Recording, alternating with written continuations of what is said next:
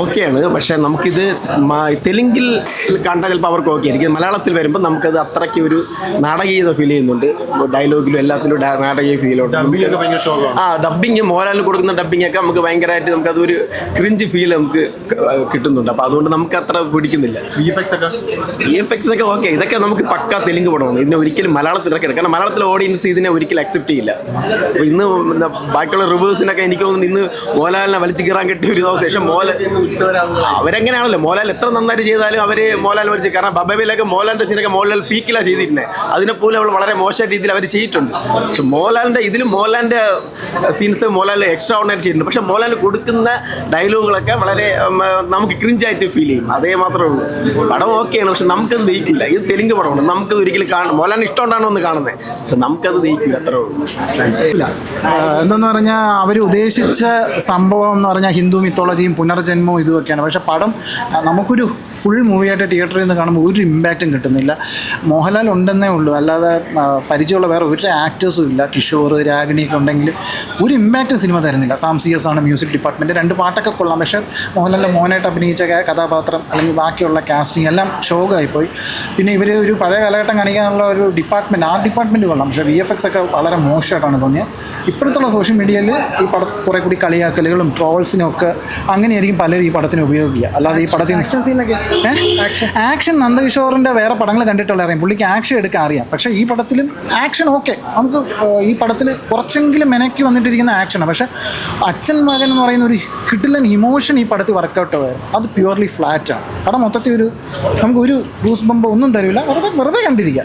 ഒന്നാമത് ഈ പടത്തിന് ഇല്ല, കണ്ണപ്പ അറേഞ്ച് ഒന്നും അല്ല. പക്ഷെ എന്ത് പറയാല്ല, നമുക്കൊന്നും പറയാനും ഇല്ല, പൊക്കി പറയാനും ഒന്നും ഇല്ലാത്തൊരു പടം. കൊള്ളാവും. ബാക്കിയുള്ള എല്ലാ രീതിയിലും ഡയറക്ഷൻ വൈസ് ആണെങ്കിലും ബാക്കിയുള്ള എല്ലാ രീതിയിലും വളരെ മോശമെന്ന് തന്നെ പറയാൻ പറ്റും. കാരണം കണ്ടിരിക്കാൻ ഫസ്റ്റ് ഹാഫ് നമുക്ക് കണ്ടിരിക്കാൻ പറ്റില്ല. ഫസ്റ്റ് ഹാഫ് കണ്ടു കഴിഞ്ഞാൽ ഇറങ്ങിപ്പോകുന്ന ആൾക്കാരാണെങ്കിൽ ചില പടം ഫസ്റ്റ് ഹാഫ് കാണുമ്പോൾ തന്നെ ഉള്ളിലേക്ക് പ്രതീക്ഷയില്ലാതെ ഇറങ്ങിപ്പോകും. പക്ഷേ അങ്ങനെയുള്ളവർക്ക് സെക്കൻഡ് ഹാഫ് ഇത് കാണാൻ പറ്റില്ല. പക്ഷേ സെക്കൻഡ് ഹാഫ് കണ്ടു കഴിഞ്ഞാൽ നമുക്ക് ഫസ്റ്റ് ഹാഫിലുള്ള ആ ഒരു ഇത് സെക്കൻഡ് ഹാഫിൽ കുറച്ച് മാറി കിട്ടും. കാരണം സെക്കൻഡ് ഹാഫ് കുഴപ്പമില്ലാത്ത രീതിയിൽ കൊണ്ടുപോയിട്ടുണ്ട്. പക്ഷേ ലാലേട്ടൻ്റെ പെർഫോമൻസും ഈ ഒരു നല്ലൊരു കൺസെപ്റ്റും ഉണ്ട്. ഈ കൺസെപ്റ്റ് നല്ല രീതിയിൽ എടുത്തിരുന്നെങ്കിൽ വലിയൊരു വിജയമാവേണ്ട സിനിമയായിരുന്നു. ആക്ഷൻ സീൻസൊക്കെ കുഴപ്പമില്ല വേറെ രീതിയിൽ. പക്ഷേ മൊത്തത്തിൽ ഡയറക്ഷൻ പോരാ അത്രയ്ക്ക് അല്ല. പക്ഷേ നല്ലൊരു കൺസെപ്റ്റാണ്. പക്ഷെ നല്ല രീതിയിൽ എടുത്തിരുന്നെങ്കിൽ വേറെ ലെവലാവേണ്ട സിനിമയെ. സ്റ്റോറി നല്ല സ്റ്റോറിയാണ്, പക്ഷെ എടുത്ത് ഉളവാക്കി വെച്ച മേക്കിംഗ് പോരാ. VFX മോശമാണ്. VFX മോശമാണ്. കണ്ടുകൊണ്ടിരിക്കാൻ പറ്റുമോ? ഫ്രണ്ട്സായിട്ട് വന്നാൽ കണ്ടുകൊണ്ടിരിക്കാം. വലിയ കോമഡി അല്ല, അവർ ചെയ്തത് പോരാ. കംപ്ലീറ്റ് കൊള്ളൂല എന്ന് പറയാൻ പറ്റില്ല. കുറെ കൂടെ ബെറ്റർ ആക്കാൻ. ഓക്കെ മോഹൻലാൽ നന്നായിട്ട് ചെയ്തിട്ടുണ്ട്. പക്ഷേ ഓവറോൾ പോരാ. ഫൈറ്റ് സീൻ കൊള്ളാം. ഫൈറ്റ് സീൻ കണ്ടുകൊണ്ടിരുന്നു. പക്ഷേ ഞാൻ പറഞ്ഞില്ലേ, ഓവറോൾ നോക്കുമ്പം പോരാ.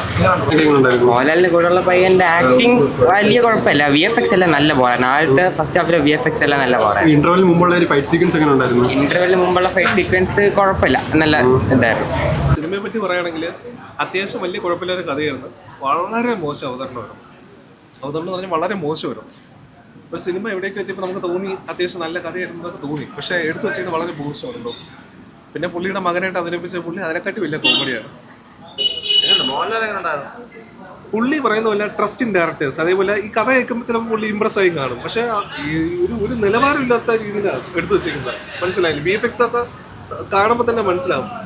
AI ആണ് ചെയ്തു വെച്ചിരിക്കുന്നത്. അതിനകത്ത് ആ ട്രെയിലറിൽ കാണുന്ന പോലെ AI ആണ് ചെയ്തു വെച്ചിരിക്കുന്നത്. ഇതുപോലുള്ള ഡയറക്ടേഴ്സിനെ കൊണ്ട് തല വെക്കാതിരിക്കുന്നതായിരിക്കും നല്ലത്. പുള്ളിയുടെ ഭാഗം വലിയ കുഴപ്പമില്ല, പുള്ളി ചെയ്തു വെച്ചിട്ടുണ്ട്. പടം ഭയങ്കര ഇതാണെന്ന് പറയാൻ പറ്റില്ല. ഒരു തെലുങ്ക് മൂവി അത്ര തന്നെയാണ്, വേറൊന്നുമില്ല. ഇപ്പോൾ ഒരു 2 കാലഘട്ടം കാണിക്കുന്ന ഒരു പടമാണ്. അപ്പോൾ അതിൽ ഈ പണ്ടത്തെ ഈ ബാഹുബലി സെറ്റപ്പിൽ രാജാവ് പോലുള്ള വേഷങ്ങൾ കാണിക്കുന്നുണ്ട്. അപ്പോൾ അതൊന്നും ലാലേട്ടന് അതിലുള്ള ഫൈറ്റൊക്കെ ഒരു ഇതായിട്ട് തോന്നുന്നില്ല. നമുക്കൊരു നല്ലൊരു ഇമ്പ്രഷൻ തരുന്നില്ല.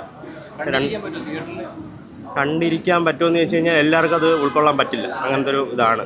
അപ്പോൾ നമുക്കത് എങ്ങനെ വേണോ ചിന്തിക്കാം. എൻ്റെ പോയിൻ്റ് ഓഫ് വ്യൂവിലാണ് ഞാൻ ഈ പറഞ്ഞത്. എല്ലാവർക്കും അങ്ങനെ ആവണമെന്നില്ല. ഞാനൊരു ലാലേട്ടൻ ഫാനാണ്, അതുകൊണ്ടാണ് ഫസ്റ്റ് ഷോയ്ക്ക് തന്നെ വന്നത്. അത്രയേ ഉള്ളൂ. വേറെ ഒരു 10-ൽ ഒരു 6 കൊടുക്കാൻ.